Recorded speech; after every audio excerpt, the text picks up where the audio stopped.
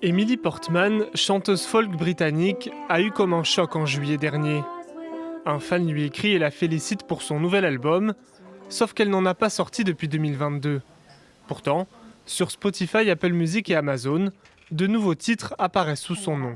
En écoutant attentivement, j'ai réalisé qu'il ne s'agissait pas d'un véritable artiste. C'était un album généré par l'IA.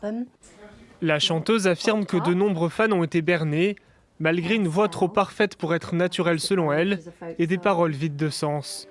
C'est le résultat d'outils d'intelligence artificielle de plus en plus sophistiqués, utilisés par des arnaqueurs qui veulent toucher des droits d'auteur. Le musicien australien Paul Bender en est une autre victime, mais il n'a pas vraiment été impressionné par la qualité des chansons générées par l'IA, diffusées au nom de son groupe.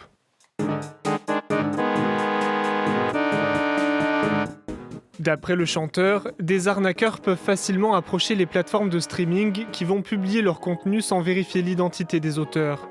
Pour lui, l'industrie musicale devrait être plus vigilante en ligne. On devrait faire comme pour tout le reste sur Internet, où on a besoin d'un mot de passe ou d'une authentification à 2 facteurs pour les transactions. Si on mettait cela en place, ces arnaques disparaîtraient.